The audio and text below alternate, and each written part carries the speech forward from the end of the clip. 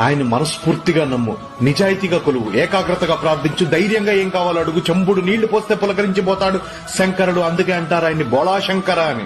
అలాంటి వాణ్ణి కన్నీళ్లతో నువ్వు అడిగితే కాదంటాడా? ఆనుడు. ఎందుకంటే భక్తులంటే అంత ప్రేమ మహాదేవుడికి.